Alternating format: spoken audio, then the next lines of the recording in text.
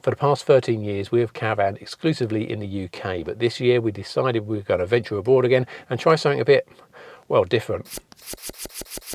So this video is about the planning and what you might need to consider if you're traveling in Europe, but I will also be telling you where we're going to be going, so stick around to the end of the video for that. I'll be dropping plenty of clues in the video. Hi, it's Dave T here, and over the past almost 30 years we've made several trips to Europe with the caravan, but our last trip was way back in 2011 when we toured Germany via the Netherlands and France. After sticking to the UK since then, we decided that this year we would venture further afield and have a bit more of an adventure. So we booked just over 3 weeks off of work and started to plan. Now there's two schools of thought when it comes to planning a touring holiday. One is to plan very little at all, basically just sort of your start and end dates, ferry journeys and such, and then see where the mood takes you, finding campsites along the way. The other approach is to plan the route and campsites along the way so that you know exactly where you are going to be heading, where you'll be at any point during the holiday. Now, I have toured without plans before, particularly many years ago where I toured Europe several times by motorbike. The problem I found was that, especially if you have a limit on the overall stay, I almost always ended up coming back early. That's because it's difficult to just meander around if you know you must get back to a certain point by a certain date. Also, with a caravan, it's more challenging just stopping along the way, even when our main destination country has some of the most flexible rules about what we would call wild camping.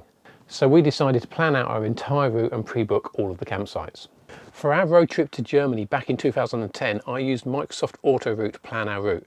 Unfortunately, Autoroute is discontinued, but there are now several free alternatives, and I chose to use Google My Maps. No, I said Google My Maps, not just Google Maps, as they are different products with very different features. Now, standard Google Maps is great for planning short routes and finding sites and other attractions in an area. In My Maps, you can actually create a new map, for example, Holiday 2024, and then place pins at various locations. Each pin can be named, coloured, or even assigned a different symbol, and then saved to the map. You can even add notes and web links to each point. This is great for scouting out places to visit and planning them on the map to help you plan your overall route.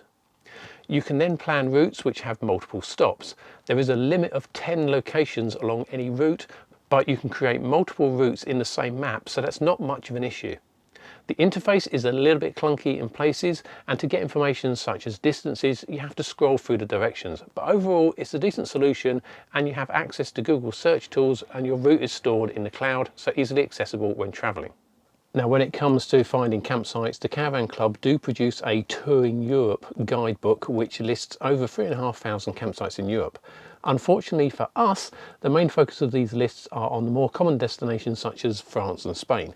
There are some other international campsite books available, such as these guys who I actually spoke to at the Caravan Show, but again, they're somewhat Southwest Europe centric. We found the best way to find sites was actually with Google Maps, slightly easier to find sites than on Google My Maps. There are also several European listing sites. We found several sites that we want to stay at on acamp.com, but there are also other sites such as PitchUp, Search for Sites, Park for Night, and campercontact.com. Also, with a bit of searching, you can often find national site listing websites for specific countries such as camping.se. When looking at websites for campsites, there's way too many sites in that sentence, some websites will have a UK language option. But if not, then Chrome and other browsers will often translate the website for you. One thing to note is about paying for sites. Now, most of the sites that we booked would allow credit card payments. However, some would only allow bank transfer, and one or two would only use specific online payment methods such as Revolut, which is much more kind of European centric, and we couldn't actually use that from the UK. Now, in that situation, if you really wanted to stay at one of those sites, then the best approach is to email them and explain the issue, and we found that a couple of sites where we had a problem, they agreed to payment on arrival. Another tip for when searching online is to use the local spelling or language of the things like town names. Also, using local words for things like campsite will also help find more accurate results. And of course, all cultures are different, which means that expected facilities such as chemical toilet emptying may not always be available on all sites. Or you may find places listed as campsites which are effectively shelters for hikers, so check things first. Now, if you are travelling or driving abroad, then there are a number of legal requirements and documents that you will need. Vehicle insurance is obviously essential, but green cards are generally not actually required, even though the Caravan Club book still says they are. Travel insurance is highly recommended for medical and accident cover, and you can also get the UK Global Health Insurance card from the NHS. International breakdown cover is also a very wise thing to take out, and we took out a Caravan Club Red Pennant policy, which was a couple of £100 including medical and other accident cover. Apart from your passport, you also need to carry with you your driving licence, and you should have your national insurance number to hand. In addition, you need to take with you the original vehicle registration document, that's your V5C, a copy of your insurance policy, and breakdown and travel insurance documents. Also get a Crit-Air sticker if driving in France, but we won't be. When driving, some equipment that is recommended in the UK is actually a legal requirement in Europe. You have always required a nationality plate, but since September 2021, this must be a UK sticker instead of GB. I recently replaced a cracked front number plate with a UK mark plate, but then had to purchase these stickers to go onto the rear car and caravan plates. UK headlights are of course designed to deflect the driving beam to the left to avoid dazzling oncoming drivers. So for European driving, these beam deflectors must be fitted. Speaking of driving on the right, ever since I first rode motorbikes in Europe many years ago, I've always placed a bit of cardboard on my tank bag or dashboard with the word curb and an arrow pointing to the right. This was always a good quick reminder, especially at more complex road junctions. Whilst buying my number plate stickers in Halfords, I found this nifty sticker to go on the windscreen, which has similar arrows but also includes roundabout directions. It's transparent and reversible, so an improvement on my scrap of cardboard. Other required items are somewhat dependent on the countries you are driving in, but at the very least you should consider carrying reflective jackets, which must be kept in the cabin, a warning triangle, a fire extinguisher, and a set of replacement bulbs. And for our main destination country, it is also a requirement to carry a shovel for clearing snow.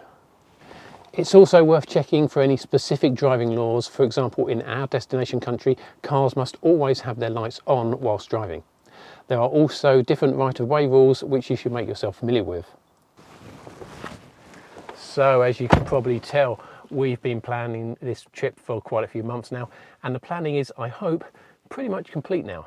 So have you managed to guess where we're going? Well, there's only so many options when you're starting in the UK, and our last Euro trip was Germany, and we have been to France plenty of times before, which doesn't have a lot of options. As another clue, we aren't particularly sun seekers, though I have toured Spain and Portugal on motorbike in my youth.